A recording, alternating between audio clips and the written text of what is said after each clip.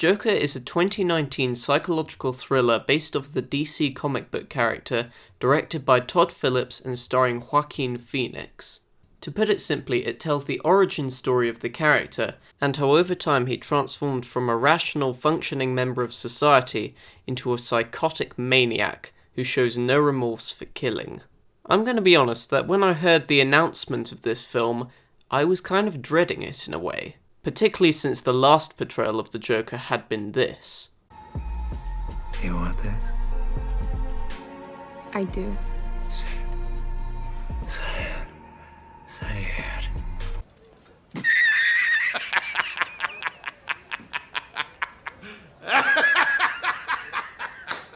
Yeah, that was a catastrophe, wasn't it?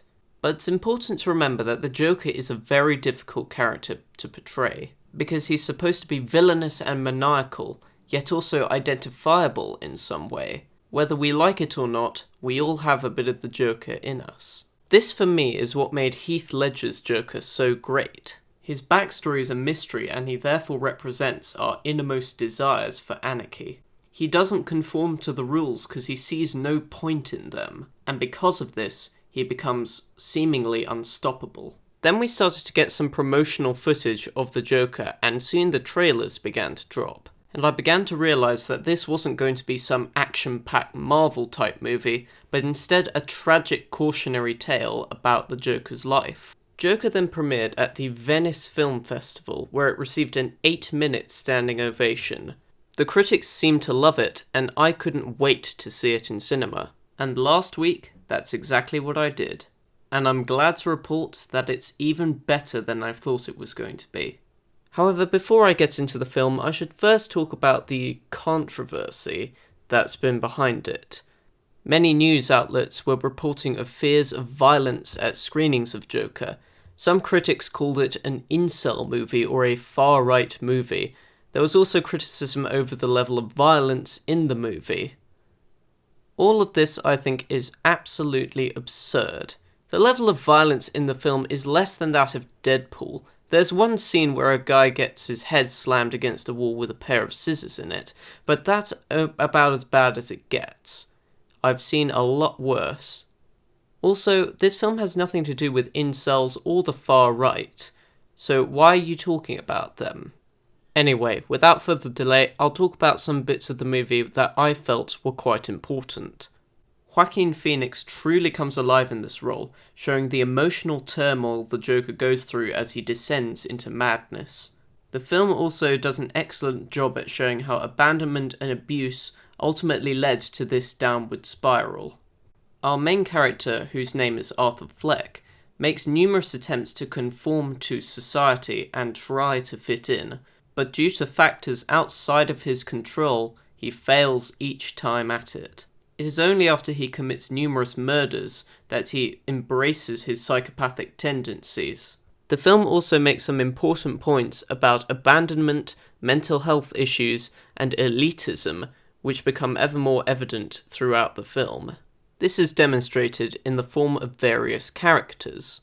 Robert De Niro portrays a popular talk show host who Arthur looks up to at the start of the film, but eventually grows to despise throughout the rest. This is because when Arthur tries to become a stand-up comedian and his act goes wrong, Robert De Niro mocks him for his failure, and subsequently invites him onto the show with the intent to mock him some more. Arthur also spends most of the film taking care of his mother, who he trusts and believes in at first, but it is then subsequently revealed that she is delusional and abused him as a child. This abuse caused him to develop mental health issues, including an erratic laugh which he cannot control. There's also a subplot in which Arthur's actions cause social unrest and a general anti-rich, anti-elitist sentiment. Arthur also tries to find a connection between him and the Wayne family, which would give his life some form of meaning, but ultimately this amounts to nothing. The final noteworthy subplot consists of him fantasizing over this woman who lives in the same apartment block as him. At first, it is presented like they are a legitimate couple, but as the film goes on, you slowly begin to find out that this is all in his head and he is actually alone. I imagine this is where the incel angle comes from, but that's a stretch. This to me is a film which should leave you asking important questions after you've watched it. I was completely satisfied with the end product. The audiences too seem to be satisfied. And even some of the critics are satisfied. Everyone seemed to be satisfied. That is, until the legacy media got involved. Almost overnight, the critic score on Rotten Tomatoes dropped from over 90% to 68%, where it currently sits at. The score on Metacritic was even worse, at 59. Of course, all of this contrasts to the glowing reviews from audiences. While there were some positive critic reviews, these were contrasted by the scathing critic reviews from other publications. Now, if you saw this movie and didn't like it, I have absolutely no problem with that. You're entitled to your opinion just as I'm entitled to mine. My main problem is that when the critic reviews on Rotten Tomatoes and Metacritic are so different from the ones from the film festival and from general audiences, something has to be up. I decided to look over this one from the New York Times and found it to be rather lackluster, to say the least. Since its debut a few weeks ago at the Venice Film Festival, where it won the top prize, Todd Phillips' Joker has stirred up quite a tempest. Hands have been wrung about the movie's supposed potential to inspire acts of real-life violence, and criticism of its brutal nihilism has been met with counter-backlash, including from Phillips himself, who has been sounding off about the far left and woke culture, and other threats to the ability of a murderous clown to make money unmolested. Meanwhile, the usual armies of skeptics and fans have squared off with ready-made accusations of bad faith, hypersensitivity, and quasi-fascist groupthink. This was only made an issue because the mainstream media made it an issue. They were desperate for this film to be controversial and a cry out to incels to tell them to mobilize against people, when in reality it's none of that. We are now at the phase of the argument cycle when actual ticket buyers have a chance to see what all the fuss is about, which means that it's also time for me to say my piece, and what I have to say is, are you kidding me? Ironic, because that's the reaction we all had when news publications like the New York Times made this film a big issue. The fans didn't make this film an issue, it was the legacy media critics who thought that this was going to be a radical film that would radicalize people round to being sort of incel terrorists, if you will. To be worth arguing about, a movie must first of all be interesting. It must have, if not a coherent point of view, at least a worked out, thought-provoking set of themes, some kind of imaginative contact with the world as we know it. Joker, an empty, foggy exercise in second-hand style and second-rate philosophizing, has none of that. Besotted with the notion of its own audacity, as if willfully unpleasantness were a form of artistic courage, the film turns out to be afraid of its own shadow, or at least of the faintest shadow of any actual relevance. This is basically saying that the film is too full of itself, which at times might seem true. However, this does not degrade the message that the film has to offer.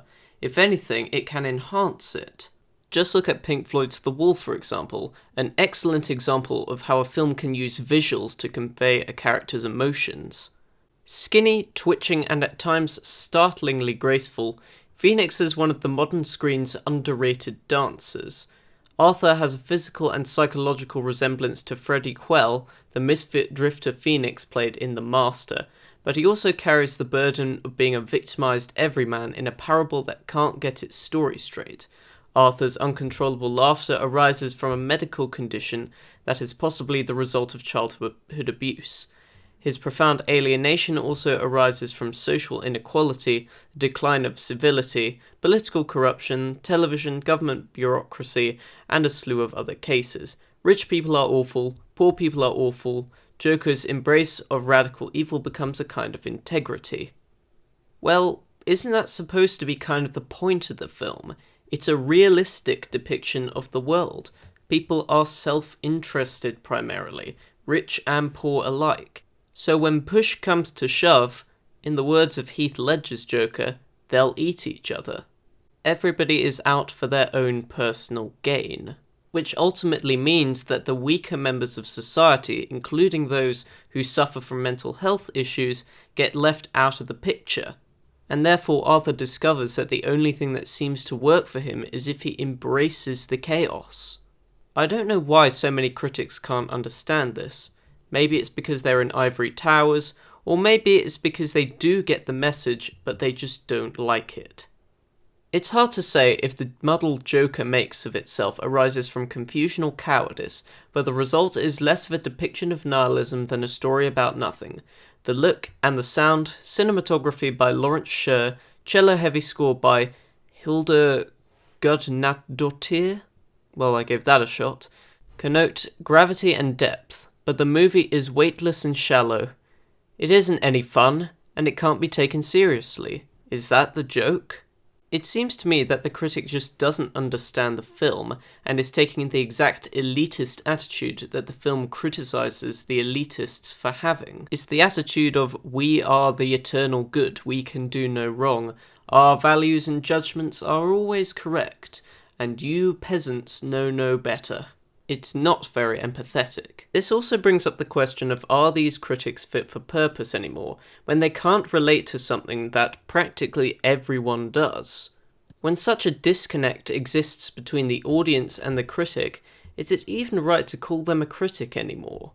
I also get the feeling that many critics and media outlets were desperate for this film to be more controversial than it turned out to be, and as a result are feeling quite sheepish when people actually watch it and see how good it is.